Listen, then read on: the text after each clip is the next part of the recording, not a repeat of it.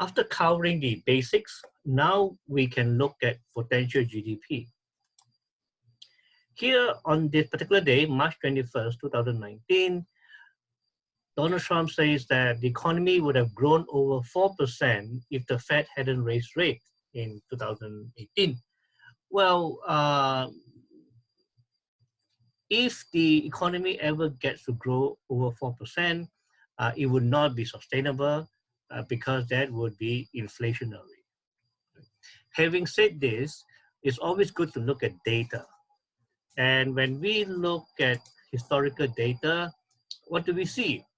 Right? We see that when we look at the average, right, from 1970 onward, we see that the average real GDP year on year is about 2.8%. And if we were to look at the growth over the last decade or so, since 2010, the average was 2.3%. So given this data, is it really true that the US was growing on average 2 to 3%? And whenever we get a sharp jump, they all turn out to be unsustainable and very quickly followed by a recession. And when we ask the question, is it too slow or too fast, right? Then it depends on the trend rate, right? Because any country's growth rate would oscillate around the growth trend rate. The idea is that, right, if the US is really growing at 2% trend rate, right, potential GDP is at 2%, then whenever we have growth stronger than the trend rate, say A, right, that's when the economy is showing a positive output gap, right? When growth is higher than available resources. How do we measure this? We look at capacity utilization. We look at the unemployment rate, right? So every country has limited resources, and this can be measured in terms of capacity utilization as well as the unemployment rate. So whenever growth exceeds these levels, right, then we are saying that we have a positive output gap. When we have a positive output gap, what happens to wages? Answer, wages would rise because we have growth so strong that the unemployment rate would fall below the NAIRU, below the non-accelerating inflationary rate of unemployment. Okay? And when that happens, companies are forced to pay up for workers, and that means that the unit labor cost would come down. Sorry, the unit labor cost would go up because companies are paying a lot more for wages.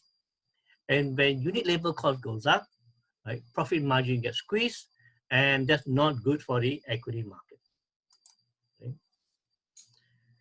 When we have wages, then the perception that we may see more inflation down the road, then the bond market will sell off and interest rate will go up. Okay? Conversely, when we get to a stage where the economy is growing at lower than the trend rate, then we get the reverse. Right? We get a negative output gap, and that's where we see a recession. So what is the potential GDP here? Well, the people at the Congressional Budget Office, CBO, they estimate potential growth rate, Y star, okay, was 3.5%, and they have been revising their numbers down to 2% for the US. And recent data continue to bring it down, and CBO is estimating 1.9%. Right? And this is attributable to 0.3% labor force growth and 1.6% productivity growth. Right? So when we break it down, we see that the labor force has been declining. Right? Why? Because this is due to demographic. We have aging population in the US and we have aging population in the OECD country. Right? At the same time, we see productivity across many countries coming down sharply. Right? Well, let's take a moment and step away from this theory and just think about it intuitively. Right?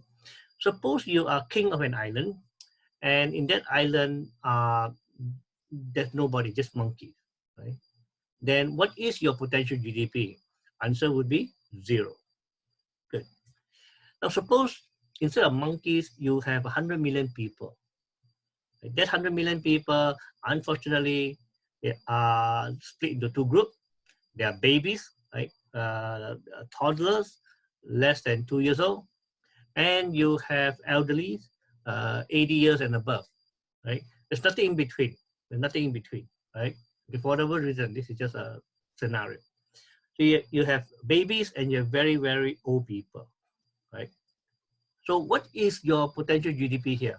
Answer, again, 0, right? So we're not dealing with population, we're dealing with labor force. The third scenario is you have 100 million people and half of them, 50%, 50 million are in the labor force, right? The labor force, they are young people, right? But they're all farmers. They're all farmers using very rough tools, and the country is cut off from the rest of the world. So imagine a country that is more cut off from the rest of the world than, say, North Korea, right? So they are not using modern equipment. They're using very rough tools, right? So what is the productivity here? Answer is 0, right? So if your labor force is there, but your productivity is 0, then what is the potential GDP? Answer, 0, right?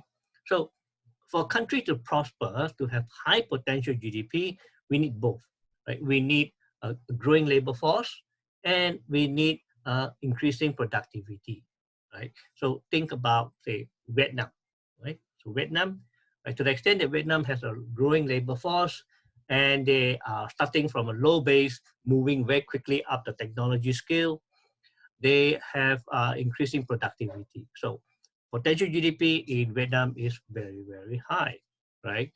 So looking at this again, right, we see that both the labor force in the US, OECD countries are coming down. At the same time, the productivity rate is also coming down, right? And this is useful because the potential GDP somehow follows the trend rate very closely. And our actual GDP would grow around the trend rate. And whenever we have a recession, as we did in the 1990s, right, we have growth falling down and then bounce back. Right? Here we have a typical V-shaped recovery. Then in the great financial crisis, in 2008 and 9, we have a L shape. Okay, notice that we deviate away from the trend and then we get close to the trend. Right? So same thing here, we came down from the trend and then we get closer to the trend. In this particular crisis, right, we want to learn from what had happened in the 2007, 8, and 9 global financial crisis. Right? As I mentioned just now, we have seen this L-shaped recovery. Right? It took a long time. It took a long time because we were keeping the zombie companies alive, and we did not flush out the system. Okay? In this particular 2020 COVID crisis, we are now debating whether we get a V-shaped recovery like this, or we get a U-shaped recovery. Right? So obviously, the greater the response from the Federal Reserve and the Treasury Department in terms of fiscal stimulus would help us to get closer to a V-shaped rather than a U-shaped recovery. If you were to go to Fred and you type in real potential GDP, you can get a very good data plot. And it tells you that a potential GDP has fallen from 5.5%, right, in the 1950s down to about 2% now. Well, the good thing is that we bounce off from 1.2%, right, back in the year 2008 and 9. So the key point here is that the US potential GDP is about 2%, right? And to recap, if US real GDP were to grow at 3%, that means what? That means that we are in an unsustainably strong growth, and that would force the Fed to think about tightening rates, and that, of course, would hurt the stock market. Okay. So we would stop here for this particular section.